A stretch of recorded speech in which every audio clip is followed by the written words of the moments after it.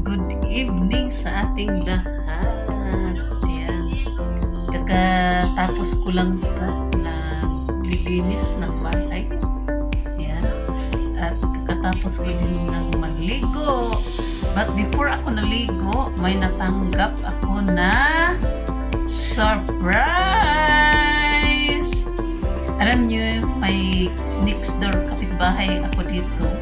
Kasi itong building na ito, dalawang room lang itong building na ito. Tapos yung letter B, Pilipina din siya. Si Marie ang pangalan.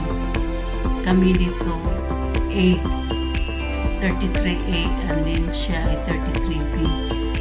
Tapos nagbakasyon siya sa Pilipinas noong September 21. Tapos nakabalik na pala siya, hindi ko alam kung kahapon or nung isang araw or kaninang umaga. And then nag-message siya sa akin sa Messenger. Kaninang umaga nag-message siya sa Messenger. Tapos sa kakabisi ko, naglilinis, tapos nagwa-whitey. Hindi ko nabasa ang niya, yung message niya.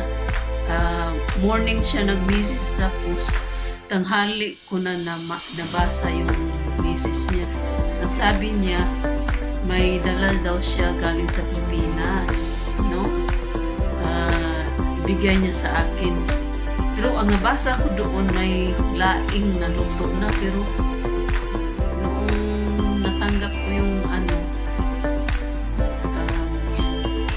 wala naman, pero siguro kasi luto na laing may diba, may coconut, baka nasira na yung tapos nag-message ako sa kanya na sorry kasi hindi ko nabasa agad yung message niya. Tapos sabi ko, may ibigay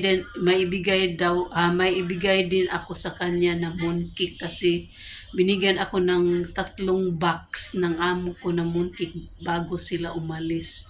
Kaya sabi ko, sige, bigyan kita ng mooncake. So sabi niya, ate, mamaya na lang ate, mag-doorbell na lang ako. Kasi alam niya na wala ang amo ko dito. Kasi sinabi ko kaninang nabasa ko yung message niya na naglilinis ako kasi wala sila si Imam. Tapos, noong hapon-hapon na, siguro mga 7 o'clock ata yun, nag-doorbell siya. Tapos sabi niya, ate, pasensya na ha, yan lang ang nakakayanan ko. Ha? Bakit magpasensya? Magpasalamat nga ako kasi may pasalubong ako galing Pilipinas. Alam nyo anong pasalubong ko, guys? Ay! Kasi matagal na ako nag-recrieve nitong isa sa binigay niya. Kasi ang mahal dito sa Hong Kong itong isa sa mga sa mga binigay niya sa akin. Tapos ang daming binigay niya sa akin.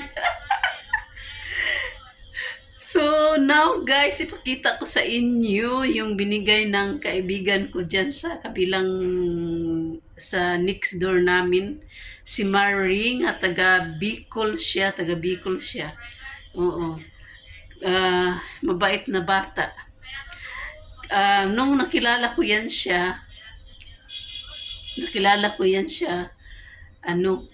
nagto 2 years na din yan siya sa amo niya diyan sa kabila. Nung nakilala ko siya nung una, tapos yun, nagka-close kami. Inimbita ko siya kasi every Thursday may Zoom prayer meeting kami, so iniimbita ko siya, pero hindi niya available ang time ng 10 to 11 kasi nagtatrabaho pa siya. So ako minsan wala ang amo ko, kaya available ako kasi wala sila si ma'am minsan pag Thursday nandoon sa China. Tapos siya hindi wala siyang available, so sabi ko iimbita na lang kita sa church. So naimbita ko siya, mga ilang buwan lang siya doon. Tapos kasi ano siya, paglinggo late na siya na lumalabas. Mga 10 o'clock na din nag-start doon ng service sa church namin is 10 o'clock. So malilate siya. Pero minsan ano siya, nag-attend siya ng second service. Kaya naka-attend siya ng church doon sa church namin. Kaya yun. Pero nung dumating ang kapatid niya dito sa Hong Kong, nagkasama na sila. Minsan nag-church siya doon, pero kadalasan dito na siya nag-church sa malapit lang dito sa amin. Pero ano pa rin, katulad pa rin doon sa sa church na inaatinan niya, yung church ko. Kaya ayan, nagka-close kami kapag may ulam ako dito, kapag may mga dala ako galing sa church, binibigyan ko siya, yun. Kasi 'di ba, maraming pagkain sa church na matitira, tapos sabi ko dadalhin ko at ibigay ko sa kanya. Tapos yun, syempre masaya siya, tapos magganon siya na marami daw akong nabigay, pero sabi ko wag kang mag-alala kung gaano man karami ang naibigay ko, wag kang mag-alala kasi wala yun. Tayo mga OFW dito, tayo ang magdamayan, tayo ang magtutulungan, tayo ang magbibigayan. Kung sinong wala, yun, bibigyan natin. Kung ikaw naman, marami ka, magbigay ka. Kung wala naman, magbigay sa'yo, okay lang. Diba? Basta ikaw nakapagbigay ka. Diba? It's better to give than to receive. Sinabi ko yan siya sa kanya. Tapos, yun, nag-vacation siya for 2 weeks. Then, bumalik na siya kahapon ata or kanina or isang araw. So, ipakita ko sa inyo guys yung binigay niya sa akin, okay? Yes. Yan guys, ang ganda pa ng bag. So, green na kulay yung bag na nilagyan niya. Oh. So special. Oh. And then yung laman nito guys, ing. Ang laman guys. Ang laman. Unang-una, ito yung pinaka-favorite ko na nagka-crave ako. Ing. Oops! Saging na saba. Ang tataba, oh. Alam nyo guys, tag $5 ito dito sa Hong Kong. No. Mahal. Kaya, may makain na ako na saging na saba. 1, 2, 3, 4, 5, 6,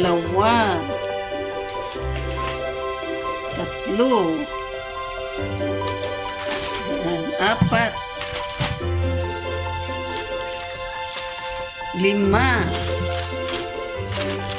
8, ang dami guys, as in ang dami, 7 saging. Ayan, 7 saging ang binigay niya sa akin. So sweet. Tapos may ganito, oh. Peanut man siguro to. Yan, oh. Pili tart, ano yan? Pili tart, pili nuts. Ngayon ko lang nakita ito. Ayan. At saka may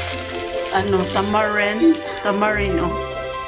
Tamarin, tapos may pinyato. Sa amin pinyato ito. Ayan, pinyato. Tapos may, hindi ko alam kung anong pangalan nito, oh. Parang peanut din siya.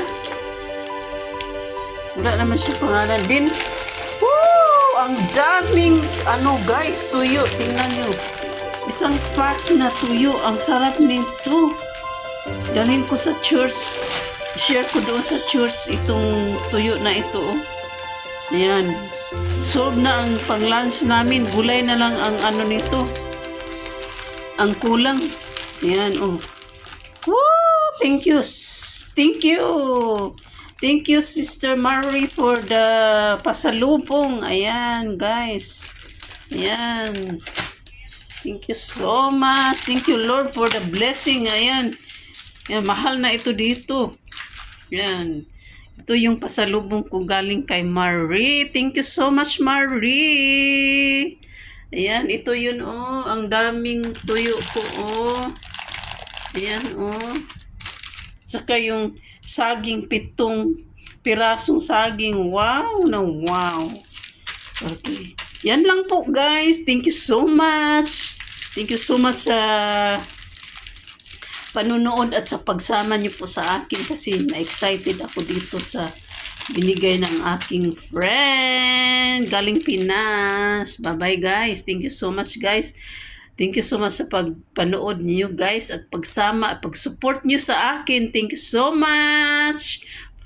Please subscribe, like, share, and subscribe, guys. And for more videos, guys. Thank you so much. Bye-bye.